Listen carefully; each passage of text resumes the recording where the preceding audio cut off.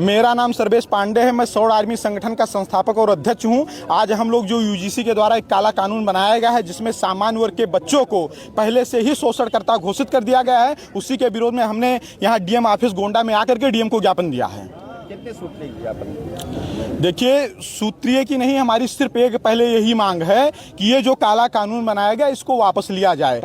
जात के आधार पर भेदभाव ना हम करते हैं और ना हम स्वीकार करेंगे। जिस तरीके से सरकार ने अपने मन से ही, देखिए इसमें दो कौम डिसाइड की गई, दो समुदाय डिसाइड किए गए, एक शोषित एक शोषक। तो जब SC ST OBC शोषित में आ गए तो शोषक कौन बचा? इसका मतलब इन्होंने स्पष्ट कर दिया है कि शोषण करने वाले सिर्फ सबड़ हैं। तो ये जो आरोप लगाया गया है, जो गुंडा पहले इन्होंने साबित कर दिया सौर समाज के बच्चों को, छात्रों को, उनके अंदर भय का माहौल बना दिया है, उसके विरोध में हमने ज्ञापन दिया है। आज क्या करने लगती हैं इस कानून में, आपको क्या करने लगती है? कैसे? देखिए, एक पॉइंट मैं आपको बता दूं, जैसे उसमें जो परिभाषा लिखी है, तो जो जातिगत भेदभाव की परिभाषा उसमें स्पष्ट लिखा है कि जातिगत भेदभाव का मतलब SC ST OBC के साथ भेदभाव, उसी को जातिगत भेदभाव माना जाएगा। सामान्य वर्ग के साथ भेदभाव होगा, उसको जातिगत भेदभाव ये लोग नहीं मानेंगे। दूसरी बात, हिंदू को तोड़ने की साजिश है। दूसरी बात क्या है कि उसमें एक बात ये लिखा, भेदभाव का अर्थ।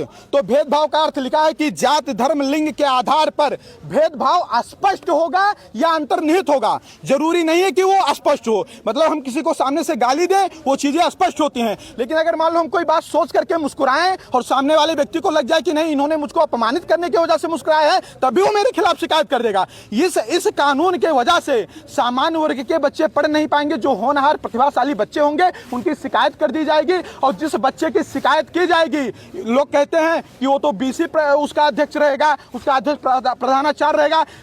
यूजीसी ने स्पष्ट बताया है कि अगर कार्यवाही नहीं होगी तो महाविद्यालयों की मान्यता रद्द कर दी जाएगी। कितने संघर्ष के बाद एक महाविद्यालय मान्यता पाता है, वो अपनी पहले मान्यता बचाएंगे, क्योंकि वो सही से जांच करेंगे, तो दबाव में तुरंत सस्पेंड कर देंगे। और जो सामान्य वर्ग का बच्चा सस्पेंड हो जाएगा, समाज में वो इस दृष्टि से देखा जाएगा जैसे कि वो अपराधी है। वो ये आंदोलन कब तक चलेगा? ये आंदोलन तब तक चलेगा जब तक ये कानून वापस नहीं होता है, और अगर ये कानून वापस नहीं होता है तो ये आंदोलन तब तक चलेगा जब तक भारतीय जनता पार्टी चली नहीं जाती है। कितने जिलों में आप जा चुके हैं?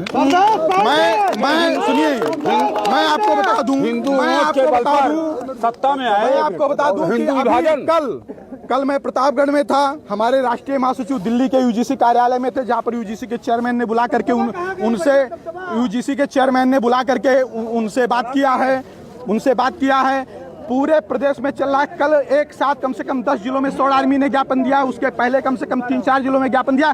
ज्ञापन का प्रक्रिया चालू है। ज्ञापन के बाद फिर धरना प्रदर्शन होगा, आंदोलन जो भी करना हो, क्योंकि ये सौरों के अब अस्तित्व की सवाल है। अगर यहाँ सौर मौन रहा तो यही मौन उसके मृत्यु का कारण बन जाएगा। सामान्य वर्ग के बच्चों को शिक्षा से वंचित कर दिया जाएगा। जो झूठे हमेशा आरोप लगाए जाते हैं कि सामान्य वर्ग के लोगों ने पढ़ने नहीं दिया, आज नरेंद्र मोदी वही चीज सामान्य वर्ग के साथ हकीकत में कर रहे हैं। ऐसा कानून बना करके सामान्य वर्ग के बच्चे पढ़ नहीं पाएंगे, क्योंकि उनको सबसे ज्यादा नंबर चाहिए, उनको आरक्षण नहीं मिलता है, उनको उनकी हाइट सबसे ज्यादा होनी चाहिए, उनको सबसे ज्यादा जंपिंग करनी है, हर चीज में उनको परफेक्ट होना है। इधर तो ये -40 नंबर वाले को डॉक्टर बना रहे हैं। तो इतना प्रेशर जिस बच्चे के ऊपर होगा, उसके ऊपर उसके बाद शिकायत हो जाए, जांच बैठ जाए, तो कैसे पढ़ पाएगा भाई? वो पढ़ाई छोड़ देगा। आपके पहला, जहाँ तक मुझे याद है, पहला आह्वान आपने किया था, आपका एक ऑडियो वायरल हुआ था, दोबारा वो सांसद नहीं बन सके। तो ये विरोध जो आप करते हैं, देखिए, मैं एक बात बता दूं, मैं सर्वेश पांडे ना सपा की तरफ से हूं, ना भाजपा की तरफ से हूं, ना कांग्रेस के तरफ से हूं, ना बसपा की तरफ से हूं। कभी भी आप देखेंगे तो मैं सिर्फ समाज की बात मैं आवाज उठाता हूं। मैं किसी के विरोध में नहीं हूं, मैं उसी के विरोध में जो मेरे समाज के विरोध में है। ये मेरा संकल्प नहीं है, ये पूरे सौर समाज का संकल्प है। ये जितने भी पत्रकार बंधु ये सोशल मीडिया देख रहे होंगे कि कितना जोश है, कितना खरोश है,